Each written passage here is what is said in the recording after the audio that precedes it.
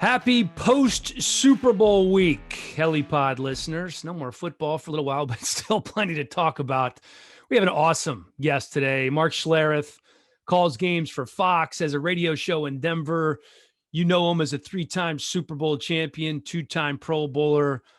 He is a wealth of football knowledge. We broke down the Super Bowl. We talked a little bit about the quarterback carousel, and then we got into his career. The guy grew up in Anchorage, Alaska. He played at Idaho for Dennis Erickson. A lot of stories that I didn't know. Of course, we have to delve a little bit into his days with the Washington football team and the unbelievable days that he had there playing with the likes of Darrell Green and Dexter Manley and Art Monk and Joe Jacoby and Russ Grimm. Listen, this was the heyday for Washington. This is the team that I grew up rooting for as a kid. And then he went on to Denver and wins a couple of Super Bowls there playing for Mike Shanahan. So shared some awesome stories, tremendous insight. Mark Schlereth coming up here in just a moment. But first, I have to tell you about our presenting sponsor, Vuori. They have been with us from day one. You know what a big fan I am of their gear, the core short with the built-in liner. They have some joggers, sweatshirts. They're making jackets now. It's Vuori. If you haven't heard of them, they're based here in California. You need to do yourself a favor and check them out. VUORIclothing.com is the website. You put a /HelliePod on there and you get 20% off your first order along with free shipping. It's the best athleisure wear on the planet. You're going to look good. You're going to feel good. Look at this. Look at this Vuori t-shirt I'm wearing right now. It's the softest cotton on the planet. Great to work out in, great to hang out in, great to fly in if you're traveling again. I promise you're going to love it. VuoriClothing.com /HelliePod for 20% off today. Without any further ado, it's the latest edition of the Hellie Pod with Mark Schlereth. Let's go.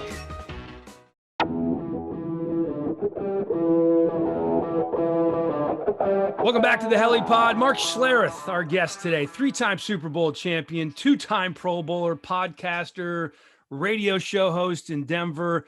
You know him now from a Fox game analyst, former ESPNer, and green chili sauce founder. I mean, the list goes on. I could add actor right to the list as well. Stinking good chili. You're wearing it right now. Yeah. Welcome, my friend. Yeah, actor, bad actor. You could add bad actor to that list. Yeah, you know what? We used to say it all the time when I was playing the NFL. The more you can do, the more you end up doing. You know, they just keep flopping things on you. But anyhow, it's been good, man. It's been a good run, and I continue to run and I continue to answer my phone. I think that's the key. That is the key. When people are calling, things are good. Yeah, I appreciate you picking up my phone call. And listen, let's get into some little Super Bowl stuff, some NFL news, and then I want to get into your story because I think your story is absolutely awesome. Super Bowl, obviously pure domination by the Bucs. You control the line of scrimmage, you know, as an offensive lineman, or even if you control as a defensive line, as the case with the Bucs, you're going to win the game.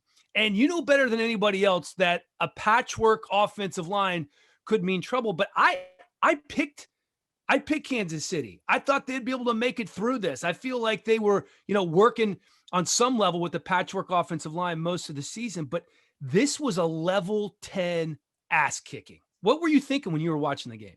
Oh, exactly that. You go through the entirety of the playoffs, regardless of who the quarterback is. If you dominate the line of scrimmage, you win. I mean, look at the Seattle game where the Rams just absolutely, thunder punched them, both offensively and defensively. They had no answers for it. And, and here you start, what's the kid's name? Warford.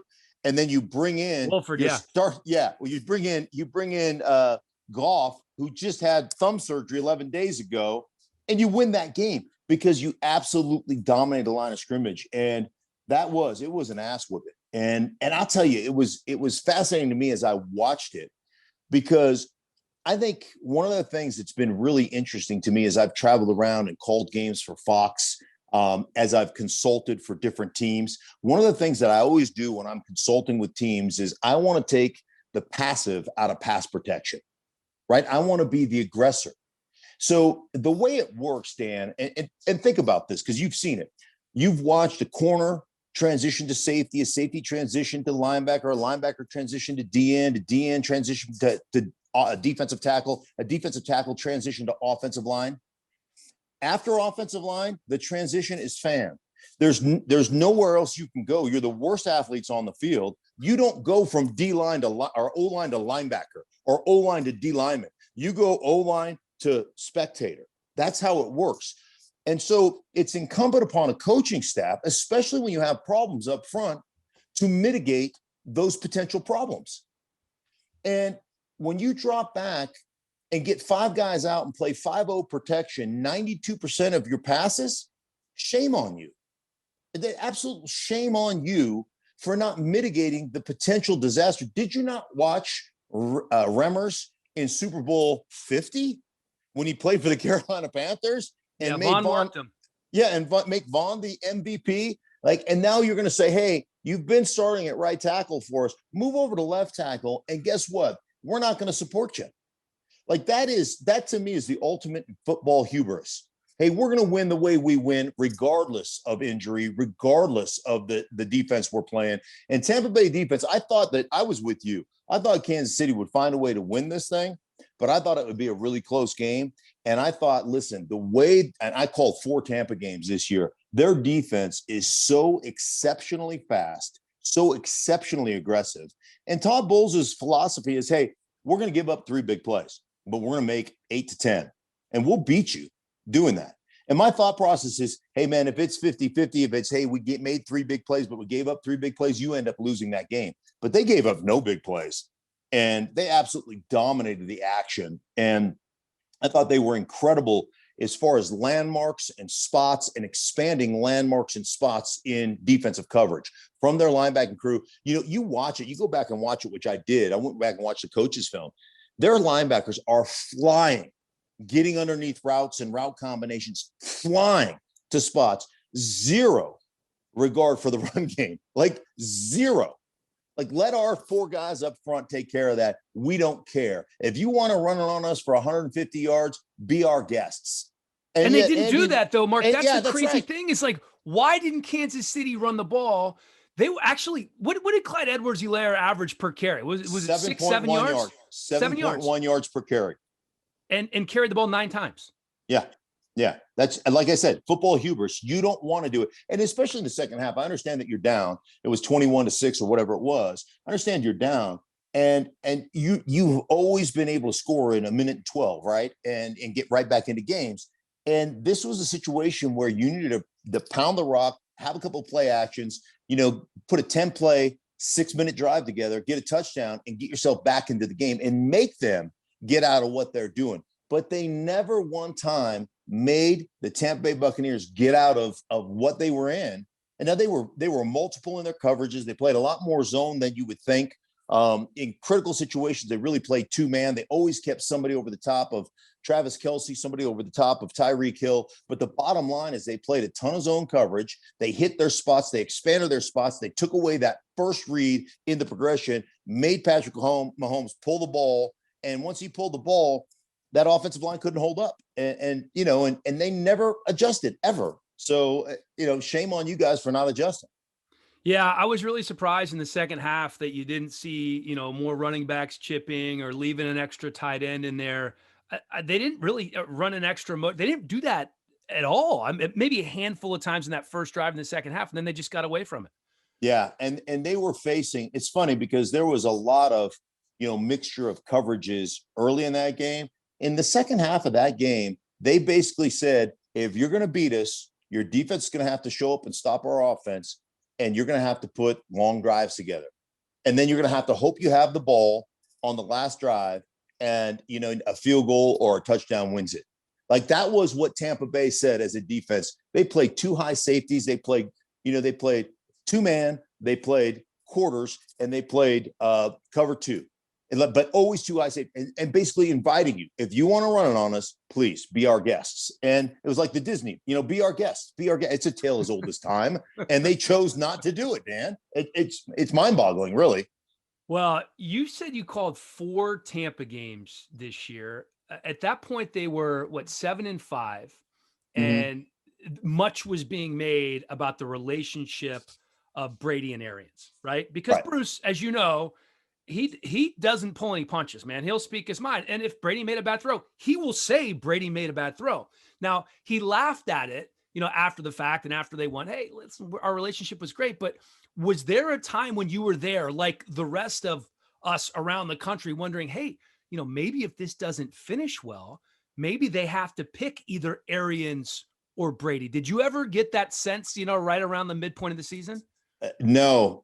It's funny too, because I've known Bruce for a long time, and he's been a guy that I've connected with, and that I talk to during the off season, and I talk to during the season, and we send text messages back and forth. And like you said, like if you play for Bruce, there is no virgin meat on your ass. It is all going to get chewed, and he does not discriminate. And part of my thought process on that was, if he made that concession for Tom Brady, then all of a sudden you're not authentic anymore. And I think the number one thing you have to be as a head coach, regardless of what your philosophy is, you have to be authentic. And, a lot of guys come in, we've seen this with ex-New England Patriots, they come in and they try to Belichick their teams, right? They come in and they try to be somebody that they're not. And they talk about the Patriot way and how I'm bringing that. You saw it in Denver. Right. And all the guys collectively roll their eyes and go, oh my God, here we go with this guy. Right. He hasn't earned that. You haven't earned that. Right. You haven't earned that. And one thing I'll say about Brady that I found it really interesting. I've been multiple Zoom calls with Brady over the course of the year. And he's about as regular a dude. Like, he just wants to be a dude. Like, it's who he is. He loves football. He loves the grind. He loves being, he loves leading his football team. There's nobody that's going to outwork him. And he wants to be coached. Like, the beauty of what happened in New England is you found a quarterback who developed into a superstar that loves to get coached, right? So he became the best player on the planet, and yet he still loves to be coached. And so if you're going to coach him and coach him hard, because that's what he expects, guess what? Every guy on your roster has got to accept hard coaching. Like, he's a perfect fit in my mind for Bruce Arians. So I knew there was never, ever an issue. The issue was, you're putting all these new pieces together. And the issue was two philosophies that had to find a way to mesh and meld together. Because Bruce Arians, and this comes directly from Bruce, has this philosophy of, I always want to be more stagnant in formations, in personnel groupings, and I want the quarterback to read the defense post-snap. Tom, for 20 years, was not static, right? He was motion. He wants to know who's following who's got man, who's in zone. He wants all that stuff pre-snap so he can read your mail. And at a point, they had to mesh that or meld that kind of concept together so that they were on the same page. And that took time. The other thing that took time, there's two things that I found interesting. Tom talked to me personally about nonverbal communication and the importance of an offense being able to read the same stuff, read the same defense, read the same keys, read the same coverage patterns. And they weren't together early in the season. The other thing that happened is he said, I have always worked while the defense was practicing. I've always worked with my receivers of how I want them to read a certain coverage, a certain leverage position, all those things. And he goes, it's so damn hot in Tampa that my receivers are sucking gas and drinking water, and they're getting their hamstrings worked on because dehydration. So until we got to middle of the season, until we got to week 10, week 11, week 12, we got no extra work together. And he goes, and where we really started, once the heat kind of subsided and once it wasn't so damn humid, that's where we got the extra work in. And that's where we started to take off as an offense, which I found really interesting because, I know I played in cold weather cities. I know what it's like in practicing in late October and November and December and what you do to stay warm and how much extra work you can actually get done while the defense is over there taking their reps. That's fascinating because now they've had that year and they happen to have, by the way, won a Super Bowl basically with no offseason. And the big challenge for them is going to be finding a way to keep all these pieces together, right? So you're going to have to make some choices there. You might have to choose between a Shaq Barrett and a Chris Godwin, right? You're not going to tag Shaq again, and Godwin's going to get paid. And the salary cap's going to be lower this year because the league lost a bunch of money. How is that going to be the most difficult part about this process in terms of getting back to the Super Bowl for Tampa? I think that's part of the process. I think the interesting thing to me about Tampa is like we all talk about leadership and we talk about what that means, and it's really hard to put your finger on it. I think guys on that team. I mean, I talked to them. I talked to Mike Evans. I talked to Chris Godwin. I talked to the guys on that team, JPP and Levante David. I spent time with those guys. Like, just playing with Tom Brady, just experiencing what that was like. Having that believability that regardless of where you guys are, you're going to find a way to win. Like, I think there's so much kind of almost euphoria surrounded in that it's going to be hard to re-sign guys. Yeah, guys are going to go get paid and all that stuff. But I think your core guys are going to want to find a way to stay in Tampa, to stay with Tom Brady. Gronk has already said, I'm coming back for sure. I just think there's going to be this, let's go out here and do something, that very few teams, only 7 teams in the history of the National Football League has done. And that's gone back to back. And we've got the nucleus and we've got the ability to get that done. I find it fascinating. You're right. Keeping guys together is going to be hard.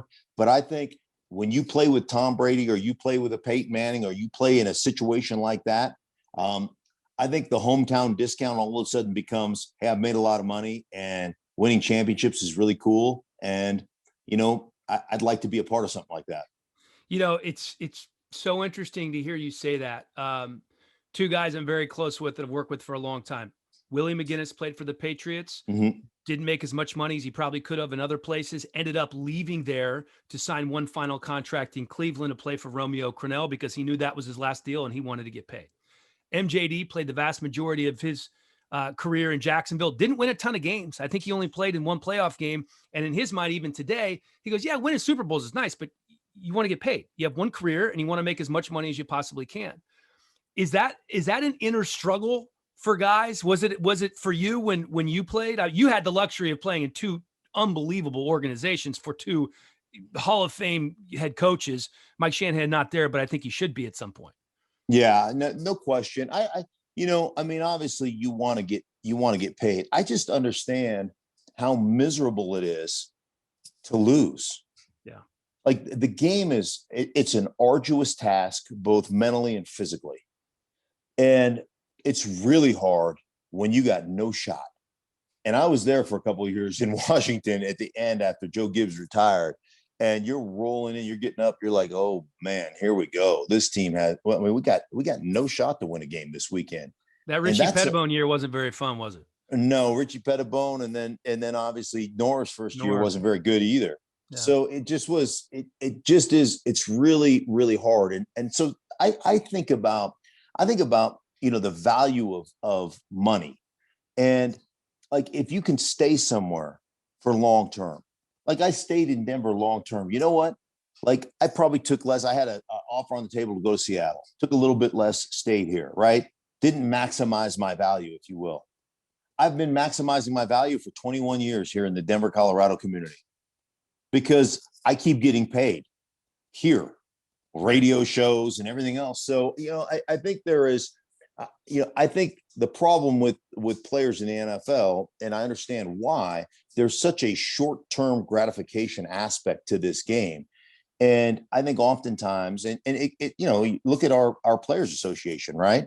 I mean, should there be some type of lifetime insurance for vested veterans because we're all going to have problems once it's over? Yes. Do we ever negotiate? Do we ever stand firm and negotiate it?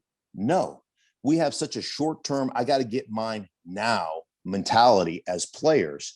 And ultimately, I think there's a lot more to your career. And I just think you have to look at all those things: family, school, community, everything that you want in your life. You've got to be able to think a little bit longer term than I just got to get paid and I got to go to, one of these organizations that just is never going to win. I don't want to do that. That's a great point about being a commodity in a market after you're done playing. Growing up in Washington, working there locally for a long time before I moved out to LA. You see that with guys. I mean, obviously there's so many great players that played in that organization, but the Darrell Greens of the world, Brian Mitchell, who's still doing stuff locally. And Rick that is Doc Walker. Hey, Rick and Doc Walker Walker has made a lifetime of living course. in Washington, being a backup tight end. Yeah. Yeah. And made a great living, still working for the organization. Uh-huh. All right, let's talk a little quarterbacks. This roulette wheel that's already going round and round is going to be incredibly interesting going into the offseason. The latest is Russell Wilson saying he'd like to be more involved in personnel decisions. They have received calls the Seahawks have about Russell. They said they're not willing to trade him. He said a couple of times he's frustrated with getting hit too much. Let me start with this. How involved was John Elway in personnel decisions when you guys were winning Super Bowls in Denver? Is that a realistic ask for franchise quarterbacks in this era? I don't believe so. I don't believe it's a realistic ask. And Russell's incredible because Russell's a guy that as soon as he gets done with the game, he rewatches it twice, once just to watch it, then wants to take notes on what he should be, like what he could do better, what he needed to do, all these things. And then he starts game plan. He spends the next 2 days. He puts together a 15-page report for all his receivers, his offensive coaches on the opponent, what they are in blitz, what they are in dog, what they are in base, what they are in, like what coverages do they run out of base? If they're in a underfront, what coverage do they run? If they're in an overfront, what coverage? He puts together a detailed report. By the time he comes in on Wednesday, everybody has had it Tuesday night. Like the guy is unrelenting with his preparation, which I really appreciate. I appreciate that part about him. But there are people that get paid to scout and to grind through that film and to figure that out. And I would say this: I think one of the biggest things you need as an organization and as a player, you need to understand everybody else's problems. I think the great coaches not only attack the weakness of the opponent, but they will not attack the weakness of the opponent while exposing their own weakness. If attacking that weakness exposes their weakness, they'll say, I'll find something else to attack. But I am not going to put my team in harm's way and ask, you should never be surprised if you put guys in a terrible position. And if you put somebody in a position to fail, you should never be surprised when the guy fails. I don't understand that. I was late in my career. I just quit pulling. We took all the power, I played left guard, so we took all 16 power out. We took everything that pulled to the right out of our game, counter out, power out, all that stuff out. And the principle of that was Mike knew, hey, listen, Stink can't pull. His legs are bad. His knees are really bad, but he's still a really good pass protector, and he's still a really good zone blocker. And we win a lot of games if we execute that well. Why would you put me in a position to be hurt, or why would you put me in a position to fail? Let's not put our players in positions to fail. So I think it's really important for coaches to understand everybody's issues. So many guys are just focused on their own individual issues. And Russell Wilson wants to talk about protection. Shoot, I'd venture to guess 30% of the sacks are on you, because you bypass the first thing that's open in hopes to make the schoolyard play, and you make a lot of them. There's nobody better. I've joked about this on a broadcast. When Tyler Lockett and Russell Wilson, when things break down and they go schoolyard, I tell you, they went to the University of Narnia, because these two guys they're freak shows, right? Their connection is unbelievable.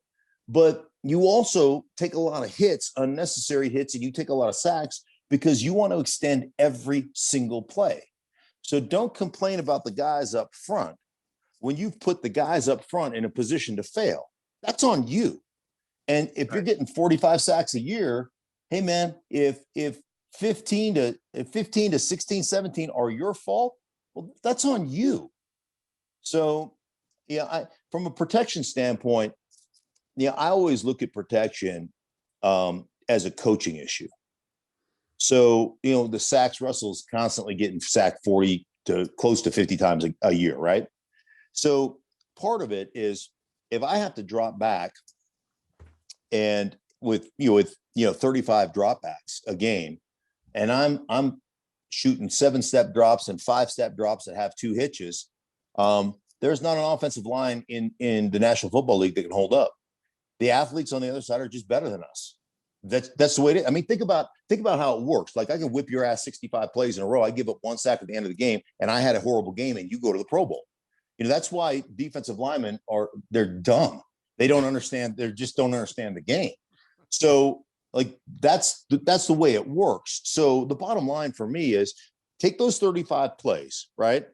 Give me half a dozen 3-step drops where I can be aggressive. Give me half a dozen 5-step drops with no hitch where I can also upkick that, right? Now throw me a couple of bubble screens, a couple smoke screens, throw me a couple of swing passes, throw me a couple of screens, throw me some hard run action play passes, right? So it looks like it's hard run action, and now it's play pass. Give me all of those and take it down to 12 where I actually have to hold up. But because I've shown you so many different things, I've shown you those up kicks, I've come off running the ball, and we actually throw it. Now, everything I show you, you have to respect as a defensive lineman. So I've essentially blocked you without blocking you. That's where I come up with take the passive out of pass protection. That's what has to happen. And you have to, as a head coach or as a play caller or as a quarterback, you have to understand those things. And if you don't understand those things, you're doomed to be very average up front. Well, and they've been very average up front for a while, and they've tried to, draft guys and sign free agents in Dwayne Brown. And I'm just wondering, 32 years old, 10 years ago was near the end for a quarterback. And we've seen how that's changed. 32 years now, you have 10 more good years left. Yeah, you're right? entering your prime. You're entering your prime at 32, yeah. So if you're Seattle and you get 2 first-round picks for Russell and a quarterback, let's say you get the Stafford trade, do you think about that? Me personally, no. And you're a Washington fan. I grew up in an organization. Bobby Beathard drafted me. Joe Gibbs was my head coach. I mean, they went a 10-year period without a first-round draft choice. They went a 7-year period without a first-round draft choice. Like trading a known commodity for an unknown commodity when 50% of your first rounds. Like, think about this. Since 2000, from 2009 to 2016, after Carson Wentz gets traded, there will be not one quarterback drafted in the first round that is with his original team. Not one. Say the years again. Say the years again. From 2009 to 2016, 23 first-round draft choices at the quarterback position. 23 guys from 2009 to 2016. Once Carson Wentz gets moved, not one guy will be with his original team. That's crazy. So you tell me how good the evaluation process is. You tell me, how much of a sure thing these guys are that you're drafting in the first round. Like, it is such an unknown commodity. So I'm like, hey, would I give 2 first rounders for Russell Wilson? I would do it all. I don't give a rip about first rounders. I can't tell you how many first rounders I've watched come in and couldn't play a lick. So they're not as valuable to me. Where they're really valuable is controlling your salary cap. Yeah. That's where first rounders are valuable. Well, especially at the quarterback position. So if you can find somebody and you get 4 and then that 5th-year option right on that rookie deal, that's valuable. That part is valuable. But again, you got to find somebody. From 2009, 2016, nobody found anybody. They were all the wrong. Well, Carson Wentz played well for a while, and obviously Jared Goff went to a Super Bowl. But like the LA model makes perfect sense to me. You're in a 4-year window right now. You have got 2 of the best players in the world on defense in Aaron Donald and Ramsey, right? You've got a young running back, and you've got some receivers that I think are complete football players. Robert Woods, Cooper Kupp, those dudes are football players. You've got a solid system. You're a quarterback away from really being able to compete in the NFC. And you feel like you've got the ceiling on Jared Goff. You can't go any higher. Matthew Stafford, I don't care what anybody says. Matthew Stafford is an elite level. He's got elite level toughness, and he's got an elite level skill set, and he's just been in a really crappy organization. Well, it's funny. I remember the first Stafford game I did was 3 or 4 years ago. They were in New Orleans. They were playing the Saints. I was calling the game with Chris Spielman, who's awesome. Mm-hmm. And Spielman says in about the third quarter, he goes, you have to pull Stafford out. He's getting so beaten up. You know, they're down by 3 scores. It makes no sense to leave him in the game.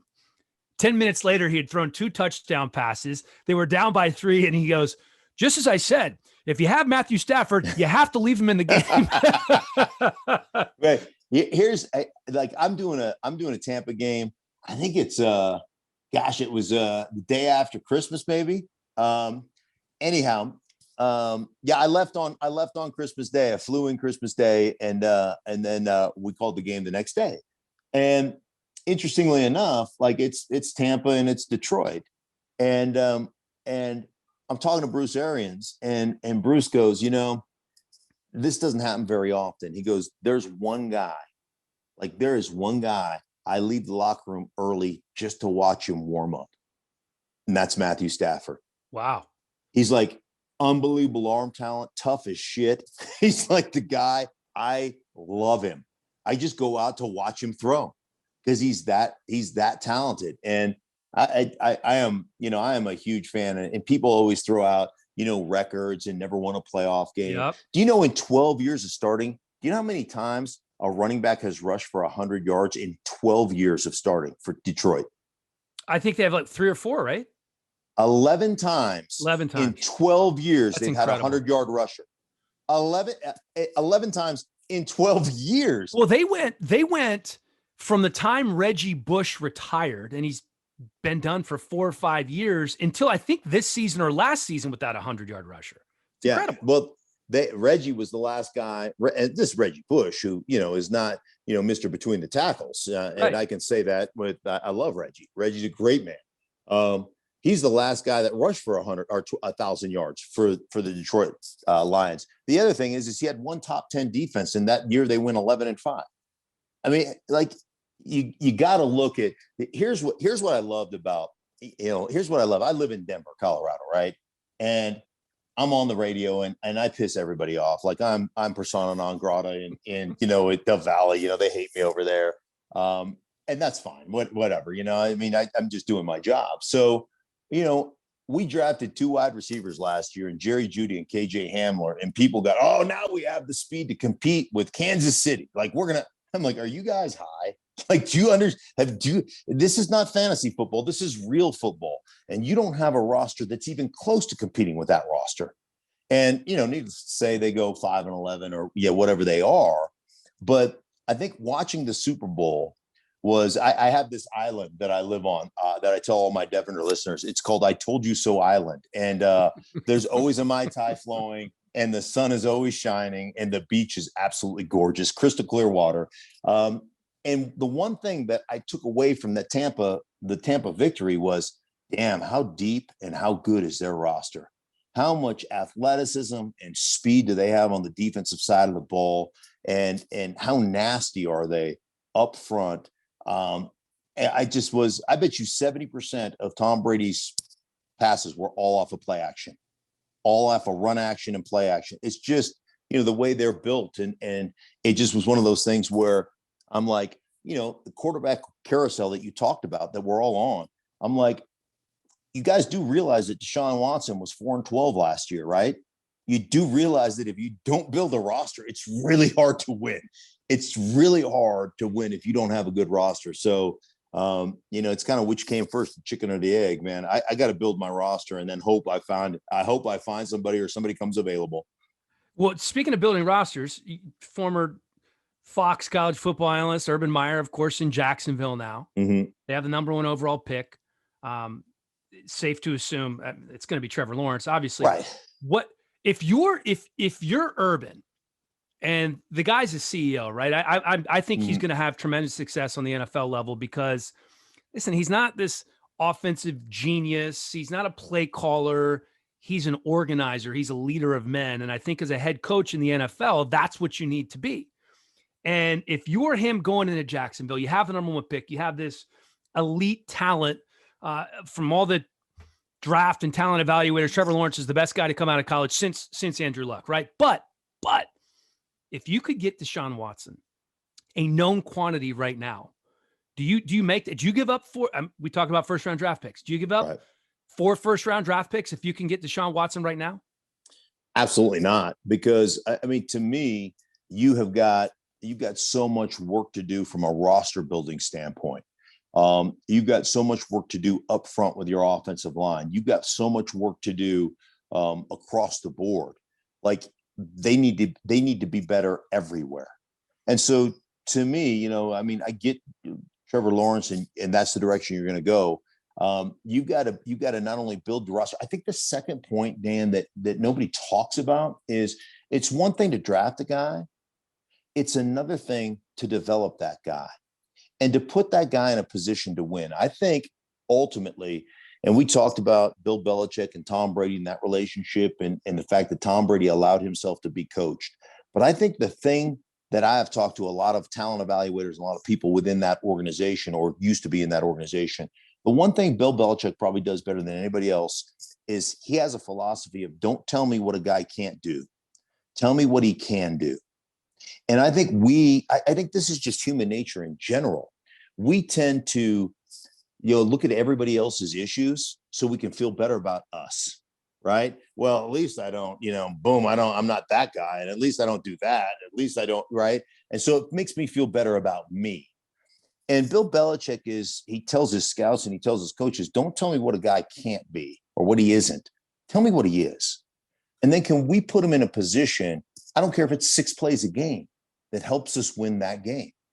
And I think they do a phenomenal job over the course of the season of putting guys in positions to win.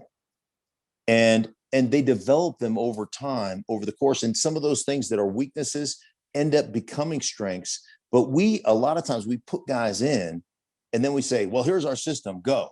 Right. Instead of saying, hey, this guy's a really good player, but he doesn't do this well yet.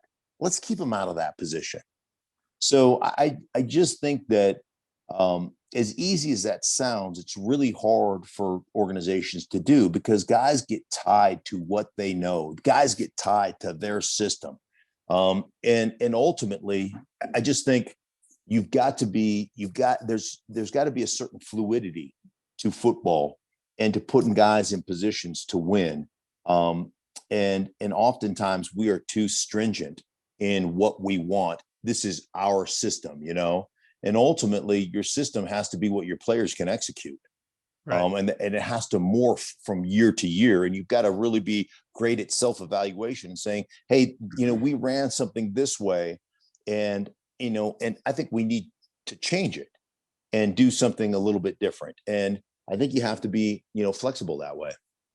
I'm looking forward to seeing what Urban does in Jacksonville. Going to take a quick break here with Mark Schlereth, and then we're back to talk about his career.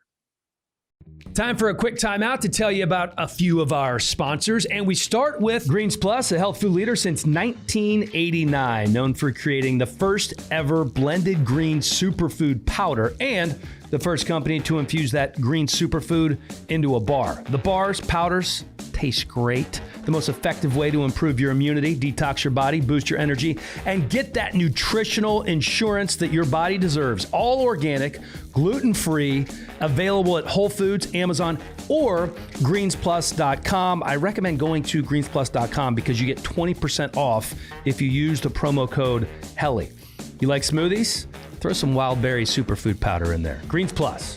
At Vaco, the motto is we invest in your career, so you are here for the duration of ours. Vaco, a premier talent and solutions firm that provides boutique-level service with global reach in the areas of consulting, consultative project resources, executive search, permanent placement, and strategic staffing. You need somebody to fill that C-suite position, Vaco has you covered. Their areas of expertise all across the board, folks. Accounting, finance, tech, healthcare IT, ops, administration, or international managed services.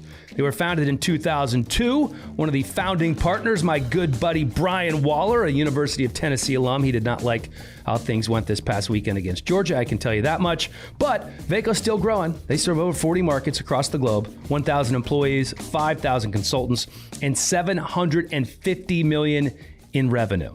At Vaco, they're doing it right. Check them out, vaco.com. That's VACO.com for more info on how they can connect people to their dream jobs and help leading companies find talent to grow their business. So back with Mark Schlereth, 3-time Super Bowl champion, 2-time Pro Bowler, as promised, talking about his career a little bit here. So you grew up in Anchorage. Had my first trip to Alaska, did that cruise thing through the Inside Passage. We end up in Anchorage and God's country, just beautiful, beautiful area up there. And you had 2 scholarship offers coming out, right? It was Idaho and Hawaii. Yeah. And growing up in Anchorage, how did you naturally not go to the polar opposite and end up in Hawaii? Was Idaho just more familiar? There's 2 reasons. One, we had vacationed in Hawaii. Like when you grow up in Alaska, that's the number 1 vacation destination because Hawaii is a direct 5-hour flight from Anchorage. Right. And, and just to get down to Seattle is 3.5 hours. Right. And you're still in drizzly weather, back then. So it was kind of a natural destination. And so I'd been to Hawaii a bunch. And there was 2 things. One, I grew up in like 55 and drizzly is my kind of day. Like I was like, oh yeah, this is great. I love it. And so I really thought long and hard about, could I wake up to 75 and breezy and sunshiny all day, every day? I think I'd go crazy. I think I would go insane. And so I knew myself well enough to know I'd like to go somewhere that actually has 4 seasons, and that right. Like I thought like that would be something that I would be like from a familiar standpoint, something that I would gravitate towards more. The other thing is, I went on my recruiting trip to Hawaii and they were in the WAC at the time. And during that time, they had the Pro Bowl going on. And so they would always bring the recruits like myself to the Pro Bowl practices, because they were on the campus at the University of Hawaii. And I am watching Earl Campbell and Eric Dickerson and Joe Klecko. And like, I'm watching these guys, I'm a little 6'3", 220 pounds from Alaska. And I'm like, I really like watching everybody and then seeing the guys that played, all the Samoan guys and stuff and played at Hawaii, walking through the weight room. I was like, I don't know if I can play here. I played in Alaska. We played 6 games a year and it was intimidating. I was like, I just don't know. Like I'm looking at these NFL players. I'm looking at these dudes, these, like I said, Samoan dudes in the weight room.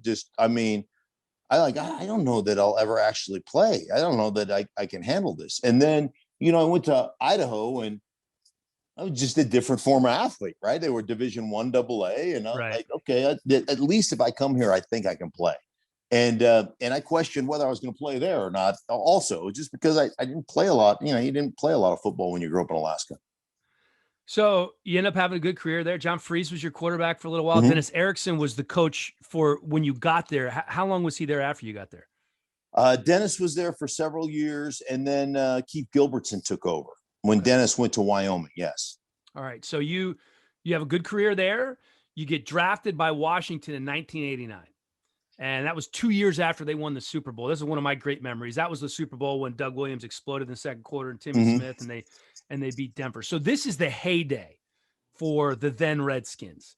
Gibbs is the head coach. Joe Bugle's the O-line coach. You get drafted by the team that has the Hogs. I think Jim Lachey had just arrived from San Diego. Is that right? Mm-hmm. Yeah, that's correct. Take me, and then you look across the ball, and it's like Manley and Mann and Green and Neil Olkowitz and Alvin Walton who would put you on your ass, and Todd Bowles at the other safety.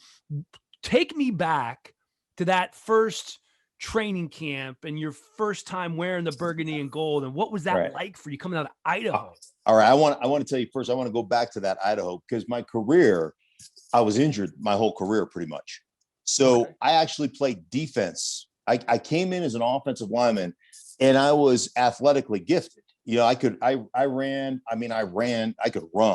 and I could jump, and they moved me to defense, and I ended up playing defense for 3 years. Oh wow, I didn't know that. Yeah, and I tore ACL, and I kept hurting myself, right?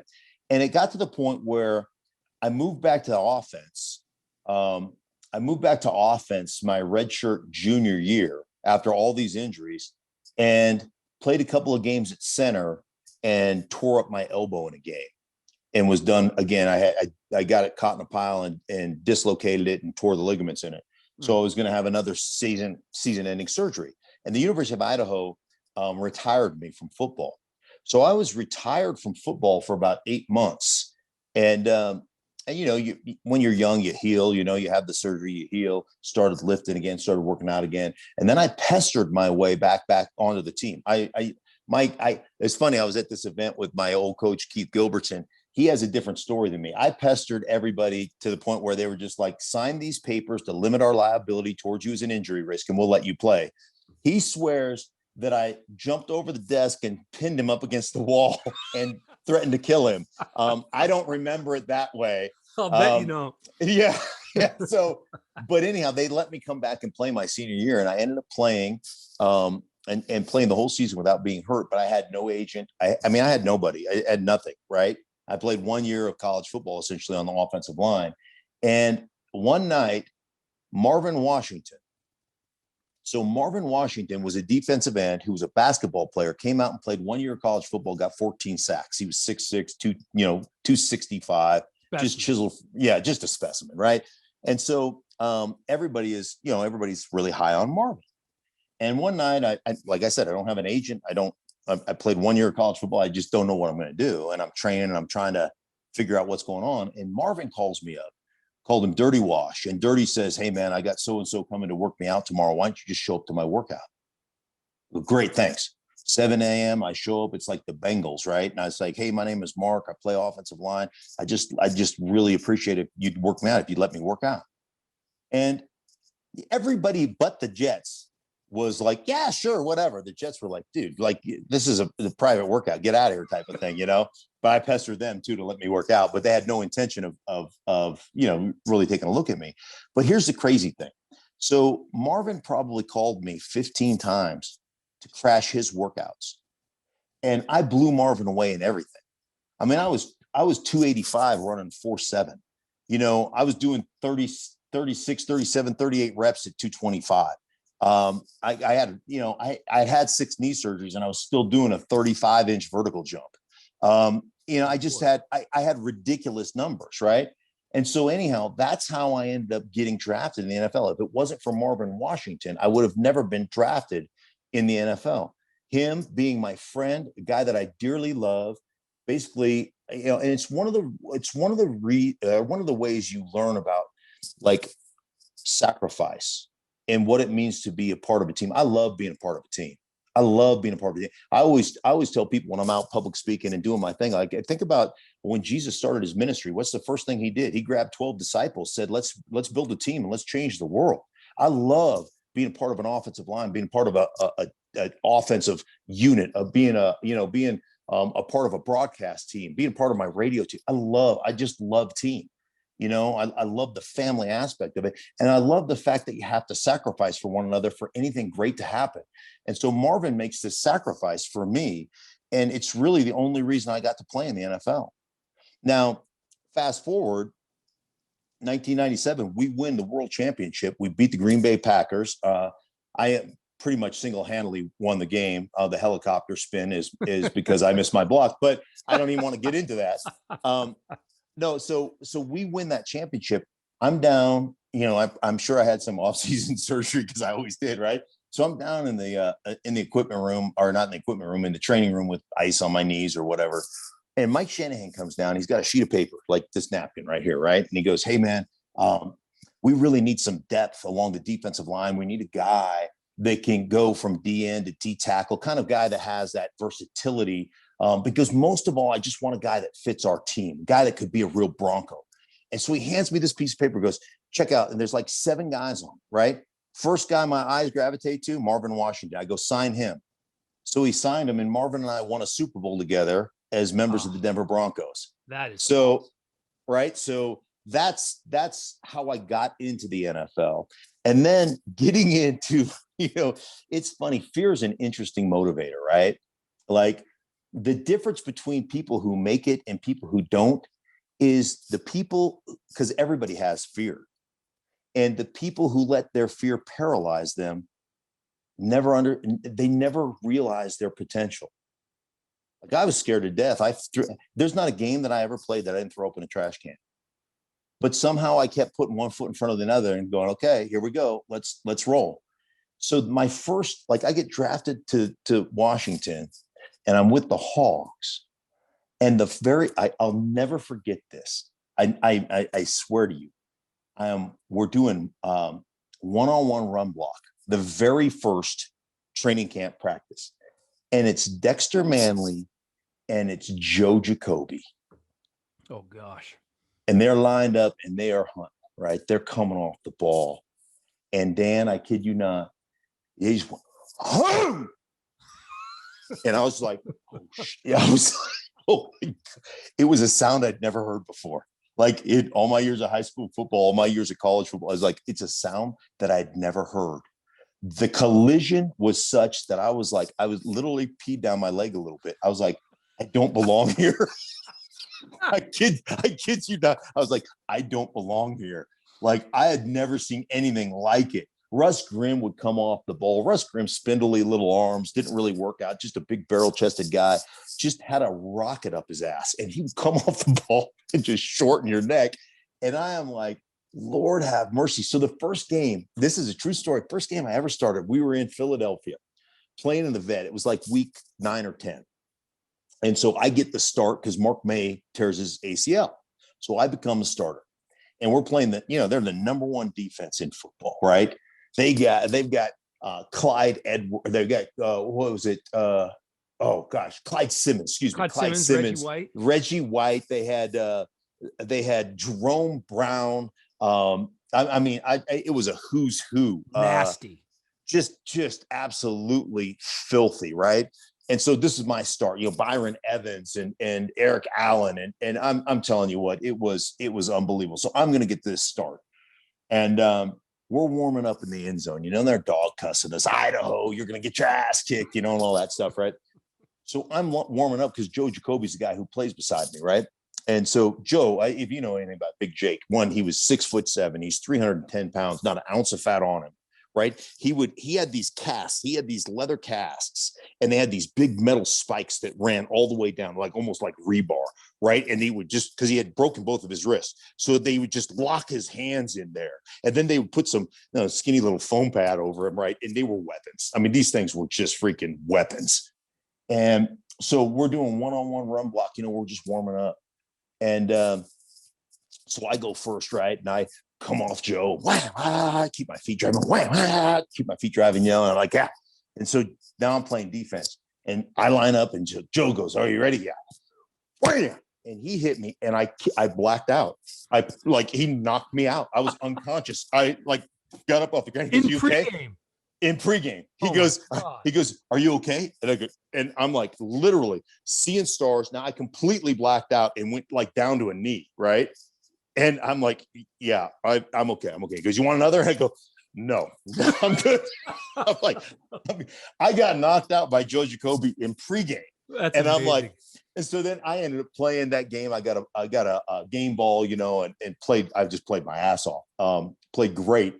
And ended up getting game ball stuff. But I was like, shoot, I'll never be hit harder any harder than I was in pregame. I was like, I'm gonna make it in this league. I'm gonna be okay. Joe Jacoby hit me harder than anybody else has ever hit me. I'm gonna be okay. The rest of the guys, it's a cakewalk from here on out. We see, Joe, we see it now all the time, right? Like left tackles, 6'7", 325, but back then 6'7", 310, dudes weren't built like Joe Jacoby. No, they weren't. And the thing about Joe is, I kid you not, Joe was probably 8% body fat. Joe, you could throw a cat on Joe and they couldn't hang on. It just slide right off. It was not a pudgy. There was no, he was ripped, like six-pack abs. I mean, he was a freak of nature. We went to Chicago once. In 91, we go to Chicago. We're 6-0 or whatever. We're both playing the Bears, Mike Ditka's Bears. And the night we fly in, there's a huge snowstorm. It's like early October, right? It's the coldest game I've ever played in. and it's early October, and it's whistling around, and the snow's coming down. It's just filthy. It's nasty. And so we show up to the stadium that next day, and somehow the heat got shut off in the visitors' locker room. And you walked in there, and like you could see your breath. I mean, you need a flashlight and a pair of tweezers to take a leak. It was so damn cold in there. And so I'm like, damn, I gotta get I'm bundled up. It's freezing. And Joe Jacoby is sitting in a pair of shorts with no shirt on, just sweating. And I'm like, dude, it's literally 28 degrees in here. He's like, oh, just kind of hot right now. You're like, you're a different animal, man. He's a great, just a great teammate and a great guy and a phenomenal player. Yeah. It's one of the coolest things that I was able to do locally when I was in DC. They're working for George Michael back in the day. Oh, yeah. Was being Canton when Art Monk and Darryl Green went into the Hall of Fame. And one of the things that sucked the most was when I was there the last time when Joe didn't get in. And in my mind, in that group, Russ Grimm, Joe Jacoby, 2 Hall of Famers. I would love to see him in there. He's an absolute stud. I would too. Yeah. No. It deserves to be. And that's part of the problem. That's part of the problem with the voters. And when you get into that, it's such a nuanced profession, playing offensive line. I always joke around. It's the secret mushroom society. Only we know what we're doing in the secret mushroom society. The head coach doesn't even know what you're doing. As long as you get it done, nobody questions you, right? And so, when you get to be a voter and you just don't have any real tangible, there's no tangible statistics to measure up against other guys. And so it's really hard. It's funny. I had a conversation last year at the Super Bowl, and I was talking to the guy who was presenting, trying to get Steve Hutchinson in the Hall of Fame. And he's like, Baselli's up and Hutch is up and Faneca's up and da-da-da-da-da. And there's nothing, all the Pro Bowls and all that stuff, but there's nothing that really is a differentiator. In my presentation, I go, are you kidding me? And he goes, no. He goes, well, what do you mean? I go, of course there's a differentiator. The poison pill was created in contracts over Steve Hutchinson. I was like, that's all you need to say. That gets him in. You created a poison pill in a contract based upon how dominant this player was. What else needs to be? And of course, he went into the Hall of Fame a couple, 2 days later. So good for Steve. I like to, again, something else I did that I get credit for that I give myself credit for that nobody gives me credit for. Like the Super Bowl 32, me, and Hutchinson getting the Pro Football Hall of Fame, me. But go back to the Hogs in DC. Was the 5 o'clock club still around when you were there? Oh yeah, absolutely. Yeah, absolutely. The 5 o'clock club is that little shed. It's so funny because everybody go in there and they play Boo-Ray cribbage or Boo-Ray was right. the card game of choice. And they would just all hang out and have a few beers and play some cards and gamble a few bucks. And it was this crappy little equipment shed. In the dead of winter, you'd be running the propane space heater, and in the back you're by 14 bags of fertilizer. It was just a little time bomb waiting for somebody to set it off. Thankfully, nobody ever, it never exploded. But and you would get done in the 5 o'clock club, and you'd cough, and you'd have soot in your lungs, you blow your nose and all this, it would be all black soot and guys just that's what they did. They hung out. And what's cool about that is that you connect. One of the things, Dan, I always say, you've got a 13 and 14-year-old, and as a parent, one of the things that's always asked of me when I was raising my kids and when I'm out speaking is what did you do to spend quality time with your kids? And I said, anytime I spend put an hour aside to spend some quality time with my kids, they do something to piss me off, and it's no longer quality. The key for me and the key for my wife was quantity time. I wasn't going to outsource the raising of my kids to somebody else. We were going to do it. We didn't do everything right. We made a lot of mistakes. But one thing my kids can never say is that I wasn't there. I coached my son's baseball teams from the time he was 4 to the time he went to high school. I coached all my daughter's soccer teams, both of my daughter's soccer teams. Right now I have an 8-year-old granddaughter. Our date every Monday and Wednesday is I take her to Taekwondo practice, and I watch Taekwondo practice, and I go to and fro. I want to be invested. I want to be invested in their lives. And in those moments of quantity, there are slivers of quality. Things happen. Like, we didn't let our kids take the bus. We drove them to school. Like on Tuesdays, I'd pick them up, and on Fridays, I'd pick them up during the football season. And then during the off season, I drove them and picked them up every day, because that time to decompress in the car, it was always with me. Oh, you wouldn't believe what happened today, Dad. Right? And those moments, there's slivers of quality. And I told Mike Shanahan when I was here in Denver, I told him I think in 1996, I convinced him to bring breakfast. I said, you need to start feeding us breakfast. And he's like, oh, Lord, here we go, Stink. Why do you need breakfast? And I said, because instead of guys rolling in 4 minutes before meeting with a McMuffin, right? They roll in here an hour early. They have some breakfast, kick their feet up, they connect. And I go, I'm in here watching film. I walk in the facility every morning at 5 a.m. I'm watching film. Like, first I'm rehabbing for 2 hours. Then I'm watching film for 2 hours. Like, this is what I do. And I go, if the young guys came in, could grab some oatmeal or some eggs and some bacon and sit down and watch film, guess what? I get to influence them, the way they study, the way they prepare, the way they get ready to play. And I get to educate them on what football really is and how it really works and how to actually study film as opposed to watching film. And ultimately, we go on this run, this 3-year run that hasn't, I think it's been duplicated one time, tied the number of wins we had over a 3-year period. We went 13-3, 12-4, and 14-2. And a lot of it was because of our connection as a group and because we studied together. And I always say, hey, man, 4 eyes are better than 2, and 8 eyes are better than 4, and 16 eyes are better than 8. The more guys we get in here watching together, and it's part of the problem, we have eliminated time together in franchises, and guys watch iPads at home. Man, it's a problem because guys don't study the game together. The more you can study it together, the more depth of knowledge you're going to have. And the more guys can say, hey, did you see that? Or did you look at that? Or what do you think about this? And then it's collective. And that's how you bond.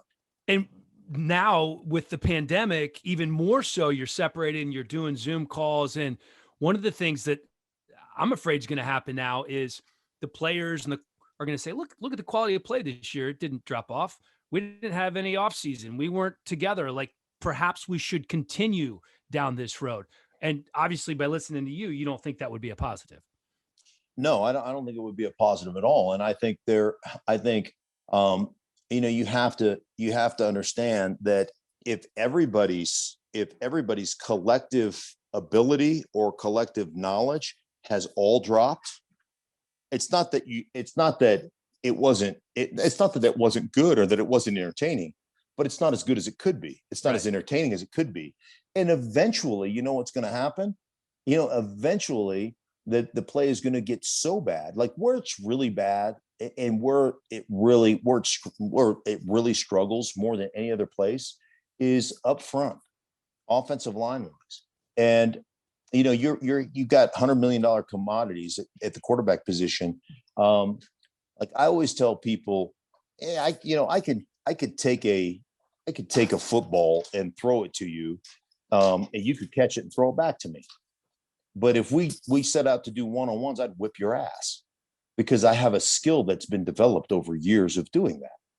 And moving a man from point A to point B is one of the greatest skills in football against his will. Same size, same strength, everything else, creating leverage because, I can't tell you how many offensive line coaches have told me, you got to stay lower on that. Ain't no shit. Really? Got to be lower. So, leverage is created through technique. It's not that you come off, if you're both 6'4", it's not that you're coming off and I'm 12 inches lower than you. Like, wow, how do you do that? No, it's technique. It's through your feet. It's through your hands. It's through your hips. It's the way you snap a guy off, because you're going to hit helmets. And then one guy is going to create this kind of upward motion, like take you through the top of the stadium. And that's technique. That's technique in your hands and your feet. And that's where the game is played. And so there's no greater skill in football. And the problem is we keep eliminating that skill.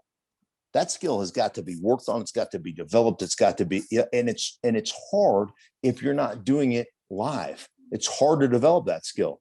And so, that's the thing that worries me most is we're going to lose. We're going to continue. Why has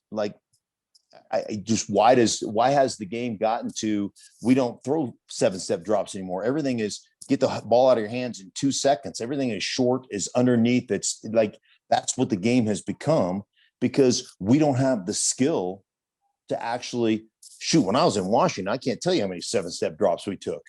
In 1991, we went 14-2 in the regular season, 17-2 overall, 19 games, gave up 9 sacks, and we threw a ton of 7-step drops. That's what we did. Yeah. And that's the de-evolution of football, if you will. That season, I believe it was 7 sacks in the regular season, 2 in the postseason. I don't know if that's been duplicated. No, it was 9 total. Was it 9 total in the regular season? So we went in to the last game of the season in Philadelphia, and we ended up losing that game, but we ended up pulling everybody. We pulled a bunch of our starters. We went into that game with 6 total sacks. Wow. So 6 sacks in 15 games. And we gave up 3 in that game to be the total of 9. And we just set the NFL record had we been able to go, keep it at 6. So it was at 9, but 9 total sacks. And we didn't give up a sack. In the divisional playoff game, we beat Atlanta. The championship game, we beat Detroit. And then in the Super Bowl, we put down the Bills and gave up 0 sacks in those 3 playoff games. You said you consult with teams now, and I'm assuming that's about the offensive line primarily. Yeah. Yes. When you watch guys now, we always talk about the tackles. They get all the love. All right, let's go inside for a minute. Who's a guard or a center that you watch, and from a technique standpoint and strength standpoint, everything, you look at it and say, this dude's a badass? Watch the inside 3. So I'm doing a game. I've got Detroit, and one of the things I do for my crew is I create videos. So every game I'll create a series of probably 25, 30 videos of things that I'm looking at, coverages that they play, guys that, like, whatever the case may be, like underneath coverage where guys get lost, like this is where I would attack this team because these linebackers never hit their spots. Yeah. Like the hook droppers never hit their spots. Like the buzz dropper is always late, whatever it is. Right. So I'll create all these videos and I'll share them with my group, my team. So I'm doing a Detroit game, and the game that I'm breaking down at the time is Tennessee. Mm-hmm. And I end up putting together like 4 or 5 clips of Roger Saffold. Yep. And what's the right guard's name? I think it's Davis. He's a young kid out of some small school. He's out of UT Chattanooga. Yes. Or Charlotte, one of the two. Yeah. Yeah. And I'm doing the Detroit game, and I've got probably 5 videos of these guys just hunting people, like coming off the ball and just crushing people.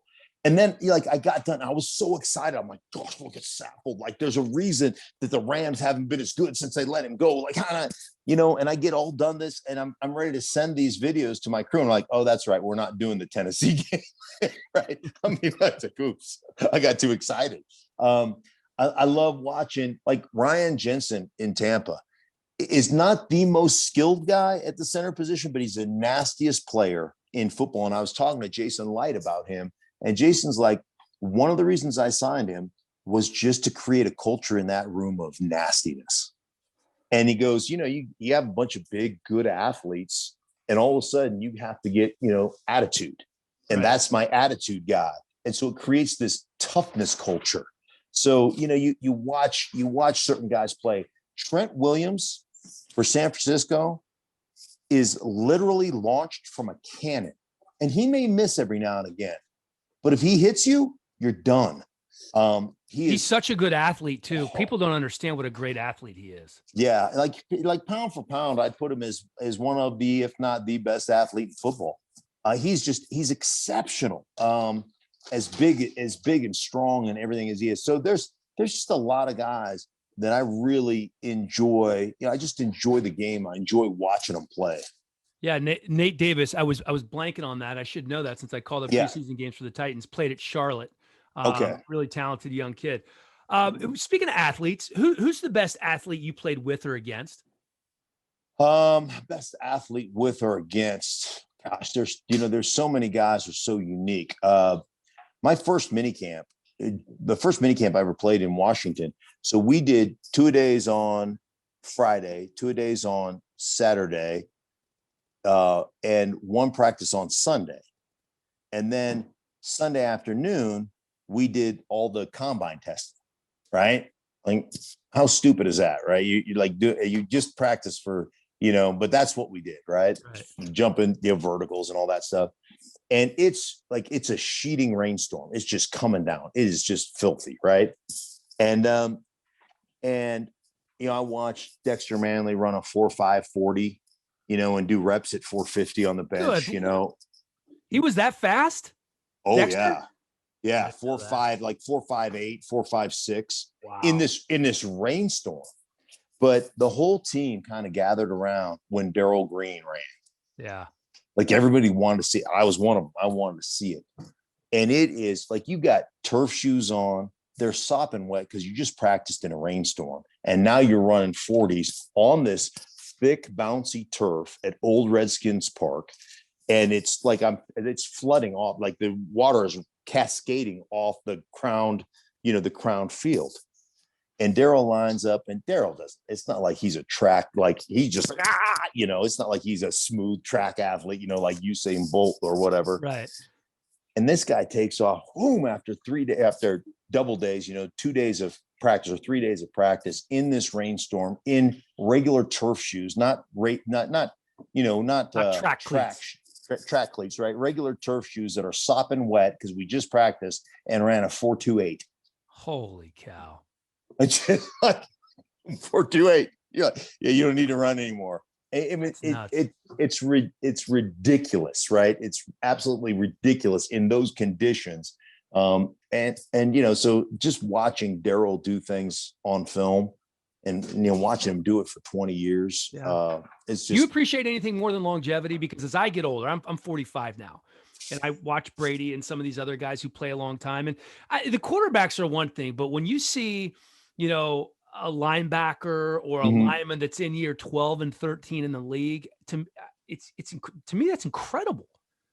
I agree. I think it's phenomenal what they're able to accomplish. And I think the big thing to me, like, I played against Clay Matthews. I think he should be in the Hall of Fame. 100%. I mean, I remember he was in like year 10 in Cleveland, and I was young and, Pro Bowl type player. And we were in this little fold, where the center blocks back on my guy, fold around. I'm going to hit the middle linebacker, and I'm like, he's 10 years in the league at this time.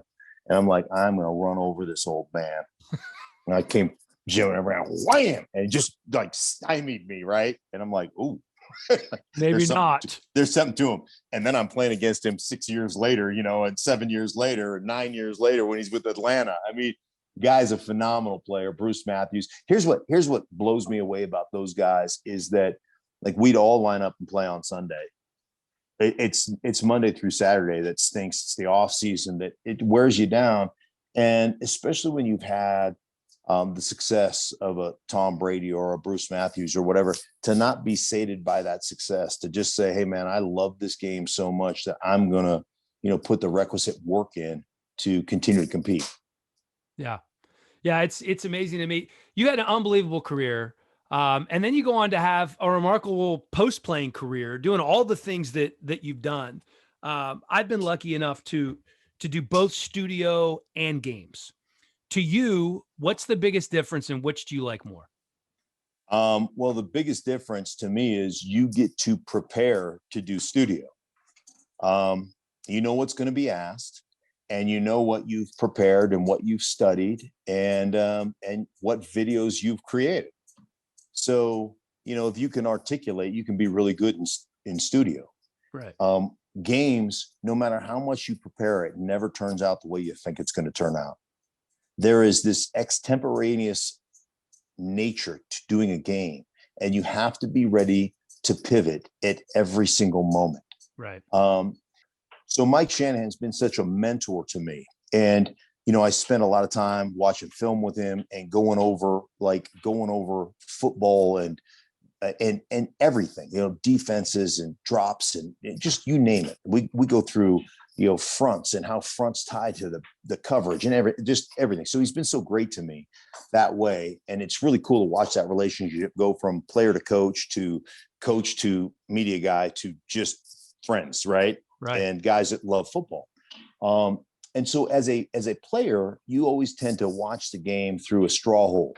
You're very myopic in what you did for a living, and that's where you tend to focus on. You're just like looking through this straw hole. And part of the process for me was to go to Mike and say, hey, man, I need a better global perspective on the game. I need to understand the game at a higher level. I need to understand the game as though I was a coach. And so that's how he's mentored me and how we've gone through. You've just gone through all kinds of the concepts of the passing games, the evolution of the passing game, and how certain plays evolved and how they became what they are today. And just to immerse yourself in the knowledge of football. And like I've learned more in the last 18 months about the game than I learned in 12 years of playing and 16 years or 18 years of covering it. So it's just a cool process. I love hearing that about Shanahan. I did his coach's show one year in Washington. Always loved talking to him. He was always so gracious with his time. And I've always wondered, in terms of looking at this from a Washington perspective, Joe Gibbs, one of the all-time greats, Mike Shanahan, one of the all-time greats. I know there are common threads there, obviously, but what was the difference between the two as coaches? Obviously a lot more commonalities than there were differences. I will say that both guys, both guys believed in identity and having an identity of your offense. And that identity was run the ball, be physical, set up your play action off of that. Like identity is a real interesting thing to me. Like if you're scheming your run game every single game, meaning you're trying to attack the weakness of the defense, you don't have an identity. You don't have something to hang your hat on. There's a lot of teams that try to week to week, you're learning a new scheme or you're scheming based on a defense's weakness. Like I want to know 3rd down and 2, I'm better than you. And I'm coming off the ball and you're in trouble. Just hat on hat. I'm going to do what I do best and you try to stop it. Yeah. And I don't care if you know exactly what we're doing. We're better than you are. And that was something that was very common, a common thread between Mike and between Joe. They were very much that way, incredibly detailed, great game planners. And I'll look at just Mike in general from a game plan standpoint. The 2 Super Bowls that we won. I mean, we just completely like, this is why we're going to win. Here was Mike in general. Like Joe said, this is what we're going to do. We do what we do. And we were really good at it, and Joe, like, again, innovator. Joe, like I was talking to Art Monk the other day. Art Monk said his biggest fear playing was being on the line of scrimmage because he did not have good releases. So he would get jammed up on his release.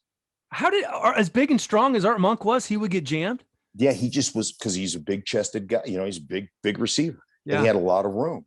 And he wasn't quote unquote gelatinous. And so he said, my biggest fear was being on the line of scrimmage because I was never good at releases. And Joe Gibbs called him into his office at one point in Joe's first year there and said, hey, man, I'm going to move you into kind of from the Z receiver to more of the F flanker, H, whatever you want to call it. Right.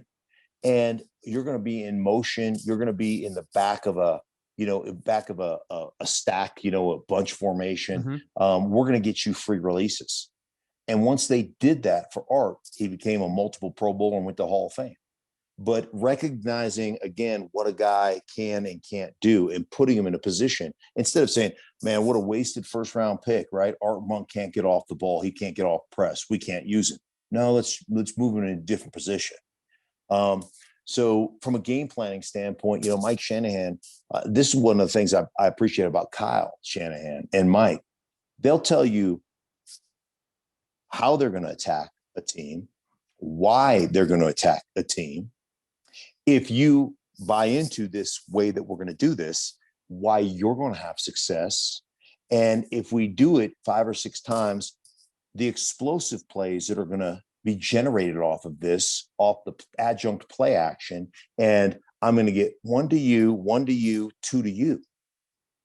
And so everybody goes, okay, they buy in, and it happens exactly the way he says it's going to happen. And you're like, oh yeah, like we're playing a Super Bowl 32 against the Packers. And Mike says, well, here's what we do. Like every time we're in this formation, we got into strong right slot. So we've got tight end on the right, fullback, tailback, right? Like this, strong right slot, X on the outside, Z in the slot. Every time we get in that, the Green Bay Packers exchange the responsibility of their outside weak side linebacker, who's Brian Williams, and Leroy Butler. So Leroy Butler comes screaming down from 12 yards and essentially becomes the will linebacker. And the will linebacker gets like a 1-by-1, 2-by-2 hip and basically is sprinting out to take away the slants. So he's no longer, and you watch it on film, and every team on the backside, when they ran strong handoff, every team was scooping that defensive tackle. So it's tackle and guard scooping to the backside will linebacker, who's literally in coverage playing safety. And here comes Leroy Butler screaming from 12 yards, making plays in the backfield every time. So we literally got in that formation, and we just turned the weak side linebacker free and just Leroy Butler was getting a mouthful of Rydell. Like he's like, where's this guy come from? This has never happened to me before. And TD is ripping off 8-yard, 9-yard, 15-yard runs right and left. Right. And it was one of those things like, hey, this is what they're going to do. We're going to get in this and we're going to gut them. And it's exactly what happened. And, it was always that way. We played Atlanta in Super Bowl 33, and Mike came into the meeting and said, hey, listen, they're the number 1 sack team in football. Called themselves the Bomb Squad. And like of their 55 or whatever it was sacks, like 40 some of them are in nickel. We're playing this whole game in base. We're never going to let them get into that package. So when we wanted to go spread, Howard Griffith, our fullback, would run out outside the numbers, and Terrell Davis would run out in the slot. And we run our whole offense, all of our slot type of, or all of our spread type of running our pass plays. We'd run it out of base.